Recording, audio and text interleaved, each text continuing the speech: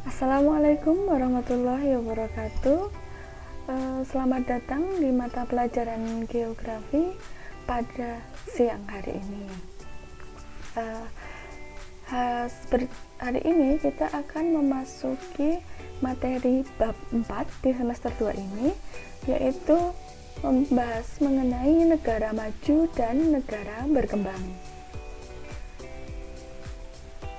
Pada bab 4 ini ada beberapa poin yang akan kita pelajari. Di antaranya adalah karakteristik negara maju dan negara berkembang. Kemudian yang kedua, persebaran negara maju dan negara berkembang. Yang ketiga, bentuk kerjasama antar negara. Kemudian yang keempat, pasar bebas dunia. Dan yang kelima adalah strategi pembangunan Indonesia menjadi negara maju. Pada pertemuan kali ini, kita akan terlebih dahulu membahas mengenai karakteristik negara maju dan persebaran negara maju. Apabila di antara kalian ada yang sering atau suka menonton film dari Korea Selatan atau drama yang biasanya lebih populer, atau film dari Jepang, atau melihat vlogger-vlogger yang meliput negara-negara Korea Selatan, Jepang, atau Jerman, atau Belgia, atau Swiss. Nah, alangkah baiknya jika kalian juga sempat mengamati situasi atau mengamati kondisi di negara-negara tersebut. Nah, apa saja yang mudah kita amati dari video-video yang kita saksikan di negara-negara tersebut?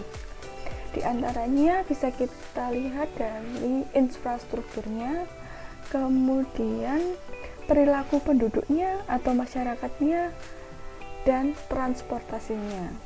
3 poin itu mudah kita amati dari gambar, dari video, dan bisa langsung kita bandingkan bagaimana dengan kondisi yang ada di negara kita. Tentunya sangat berbeda. Nah, karena kita sekarang akan membahas mengenai karakteristik negara maju, maka kita lihat apa sih atau bagaimana sih ciri-ciri dari negara maju itu. Nah, secara garis besar atau secara sederhana, negara maju itu bisa kita katakan adalah suatu negara yang berdaulat, yang memiliki ekonomi yang sangat maju, diikuti dengan infrastruktur yang maju pula. Nah, ekonomi yang maju, infrastruktur yang maju ini tidak akan tercapai jika sumber daya manusianya tidak berkualitas. Nah, coba kita kupas satu persatu karakteristik negara maju.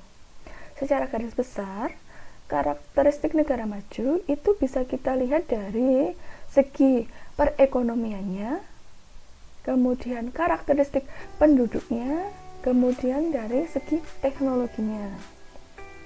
Kita mulai dari yang pertama, yaitu perekonomiannya terlebih dahulu. Dari segi perekonomian, negara maju ini memiliki ciri-ciri di antaranya pendapatan per kapita negaranya tinggi, pertumbuhan ekonominya tinggi, aktivitas perekonomiannya itu banyak di bidang industri dan jasa, kemudian hasil kegiatan industri sebagai komoditas ekspor. Nah, contohnya seperti apa? Kita masuk pada pembahasan pendapatan per kapita tinggi. Pendapatan per kapita ini merupakan angka perbandingan pendapatan nasional suatu negara dan jumlah penduduk di suatu negara tersebut. Jadi, pendapatan nasional suatu negara banding dengan jumlah penduduknya. Nah, untuk mengukur pendapatan suatu negara, yang bisa kita katakan atau bisa kita kategorikan dia sebagai negara maju itu berapa sih? Untuk pendapatan per kapita negara maju itu lebih dari 20.000 US dollar per tahun. Nah, bisa kita lihat dari tabel ini ada perbandingan pendapatan per kapita negara Indonesia dengan negara-negara maju dari kurun waktu 2015 hingga 2020. Oke. Dari rentan waktu 2015 hingga 2020 ini, pendapatan per kapita Indonesia tidak banyak mengalami perkembangan.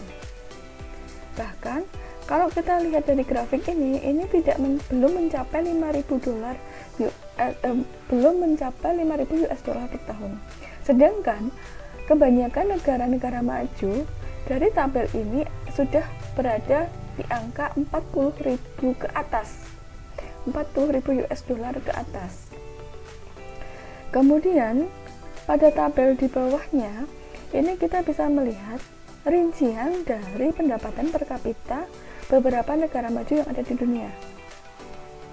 Dari Singapura, kemudian Australia, kemudian Jerman, lalu Kanada, kemudian Finlandia, Prancis, dan yang terakhir ini adalah Jepang. Nah, dari tabel ini kita bisa melihat karena keuntungan dari tingginya pendapatan suatu negara dan jumlah penduduk suatu negara. Kenapa di sini angka pendapatan per kapita Singapura bisa tinggi? Singapura negaranya kecil, penghasilannya banyak, jumlah penduduknya sedikit, sehingga bisa rata-rata pendapatan per kapita penduduknya bisa mencapai nilai yang tinggi. Itu salah satu nilai positif yang bisa kita lihat bisa kita lihat dari tingkat pendapatan per kapita penduduk yang dikaitkan dengan jumlah penduduknya. Kemudian ciri yang kedua yaitu pertumbuhan ekonomi yang tinggi. Negara maju itu jika pertumbuhan ekonomi suatu negara ini tinggi, bisa kita katakan juga bahwa negara tersebut mampu menyediakan segala kebutuhan berbagai barang ekonomi bagi penduduknya dengan cukup, bahkan amat sangat cukup dalam jangka waktu yang panjang. Sehingga bisa kita katakan bahwa kesejahteraan penduduk di negara maju ini cukup. Berarti implikasinya adalah tingkat kemiskinan di negara ini juga rendah. Nah, faktor yang mempengaruhi pertumbuhan ekonomi di suatu negara ini ada beberapa hal. Di antaranya adalah modal, yang dimana modal ini bisa kita kaitkan dengan ketersediaan alat-alat produksi. Kemudian adanya teknologi tepat guna, kemudian sumber daya manusia, sumber daya alam, kemampuan manajemen dari sumber daya manusianya, kemudian mental kewirausahaan, serta arus informasi yang tinggi. Kemudian karakteristik selanjutnya dari segi perekonomian adalah aktivitas perekonomian di bidang industri dan jasa. Sebagian besar penduduk di negara maju ini bekerja pada sektor industri dan jasa. Nah, industri dan jasa yang ada di negara maju ini selain untuk memenuhi kebutuhan penduduk di negaranya, juga banyak yang diekspor ke negara-negara lain. Nah, perkembangan industri di negara maju ini sangat bergantung pada adanya ketersediaan modal, tentunya sumber daya manusia yang berkualitas, dan penggunaan teknologi modern. Ini adalah ciri yang amat sangat khas yang muncul yang bisa kita amati di negara-negara maju. Selanjutnya masih berkaitan dengan kegiatan industri. Nah, hasil dari kegiatan industri di negara maju ini sebagian besar dijadikan untuk komoditas ekspor. Nah, barang-barang apa saja yang dihasilkan di negara maju? Nah, industri di negara maju ini kebanyakan mereka menghasilkan barang-barang sekunder dan barang-barang tersier. Nah, barang-barang sekunder dan barang-barang tersier ini kebanyakan mereka sudah memproduksi dalam bentuk barang jadi. Jadi, mereka mengekspor hasil industri ini sudah dalam bentuk barang jadi, sehingga nilai jualnya atau harga jualnya sudah tinggi. Barang jadi ini juga merupakan barang dengan kualitas yang baik. Jadi, barang dengan kualitas baik ini adalah cara negara maju untuk mempertahankan pangsa pasarnya di negara-negara yang lain. Coba kita amati di sini. Ini ada beberapa merek yang dihasilkan oleh beberapa negara maju yang tentunya sudah tidak asing lagi bagi kita yang ada di Indonesia. Karena kita sebagai konsumennya, kita tahu bahwa merek-merek tersebut adalah merek-merek dengan kualitas yang tidak dipungkiri lagi, kualitasnya bagus. Jadi ini adalah strategi bagi negara maju untuk mempertahankan pangsa pasarnya, mempertahankan konsumennya. Kemudian karakteristik selanjutnya adalah berkaitan dengan penduduk. Jadi ciri-ciri penduduk di negara maju ini ada beberapa hal. Di antaranya adalah angka pertumbuhan penduduk per tahun rendah, angka kematian penduduk per tahun relatif rendah, usia harapan hidup relatif tinggi, kemudian tingkat pendidikan penduduknya relatif tinggi, serta tingkat penganggurannya rendah. Kita kupas satu persatu. Angka pertumbuhan penduduk per tahun rendah. Angka pertumbuhan penduduk per tahun rendah. Jika kita membahas pertumbuhan penduduk, ini berkaitan dengan angka kelahiran penduduk. Jika pertumbuhan penduduknya rendah, berarti angka kelahiran di negara maju ini juga rendah. Kemudian, angka kematian penduduk per tahun relatif rendah. Jika angka kematian penduduk ini rendah, ini berkaitan dengan tingkat kesehatannya yang bagus. Tingkat kesehatan yang bagus di sini, ini ada beberapa aspek yang mendukung. Di antaranya adalah fasilitas kesehatan yang bagus, tenaga medisnya yang berkualitas, serta kecukupan gizi di negara tersebut sudah bagus. Kemudian, jika angka kematian penduduknya rendah, ini berkaitan dengan poin di bawahnya. Berarti angka usia harapan hidup di negara maju ini juga tinggi.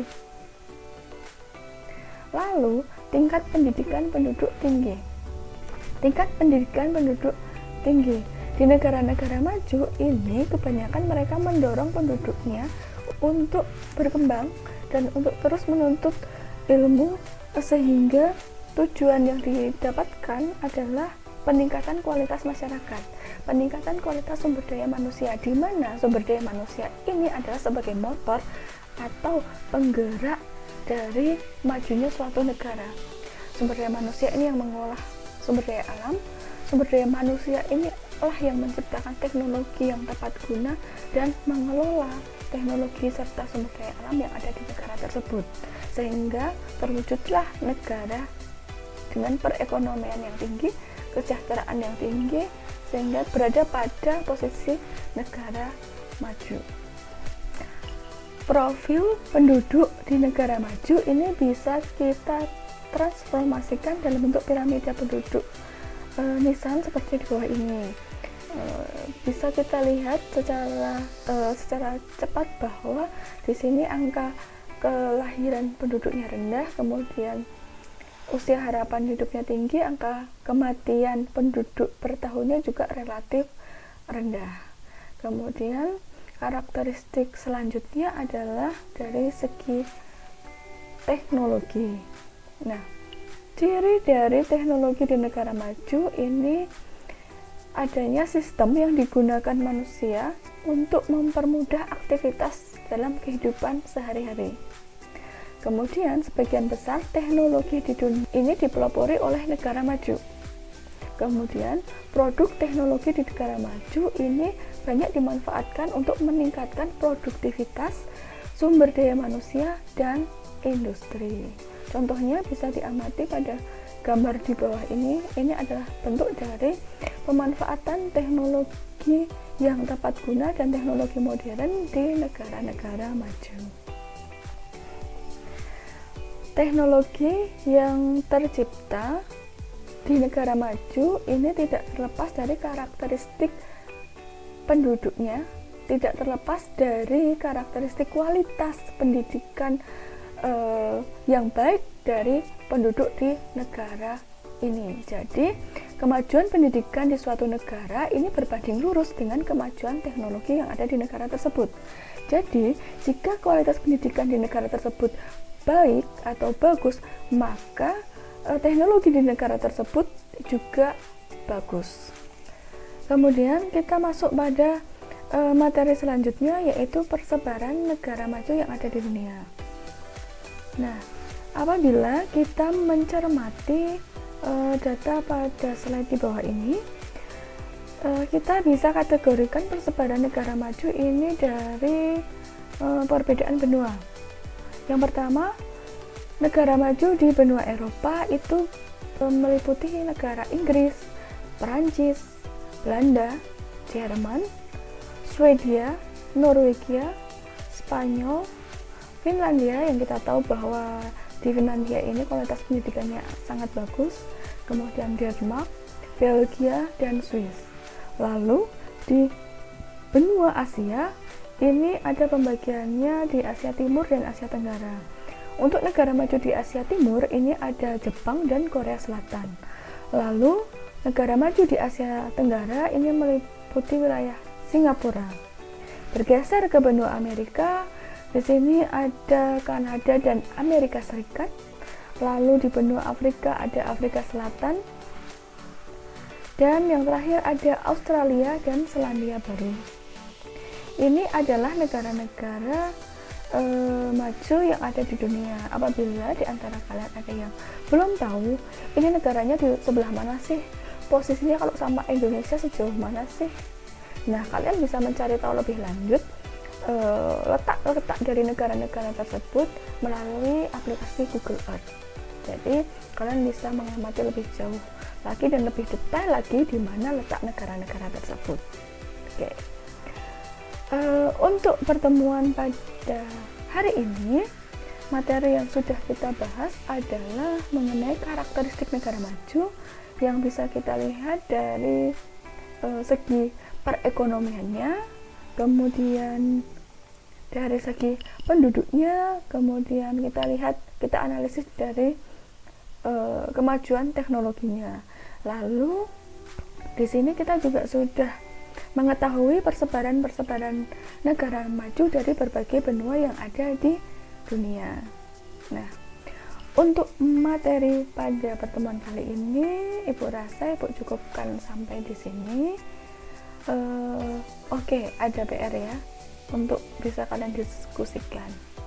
Salah satu negara di kawasan Asia Tenggara, Brunei Darussalam, itu adalah negara yang kaya, tetapi negara tersebut belum masuk pada kategori negara maju. Kira-kira alasannya apa ya? Coba kalian diskusikan ya. Untuk hal-hal yang lainnya, apabila ada yang perlu kalian tanyakan, monggo nanti bisa dilanjutkan kalian tanyakan pada sesi berikutnya. Untuk materi pada pertemuan kali ini, Ibu cukupkan dulu sampai di sini. Semoga apa yang Ibu sampaikan ini bisa bermanfaat. Kurang dan lebihnya Ibu mohon maaf. Ibu akhiri. Wassalamualaikum warahmatullahi wabarakatuh. Sampai jumpa pada pertemuan selanjutnya.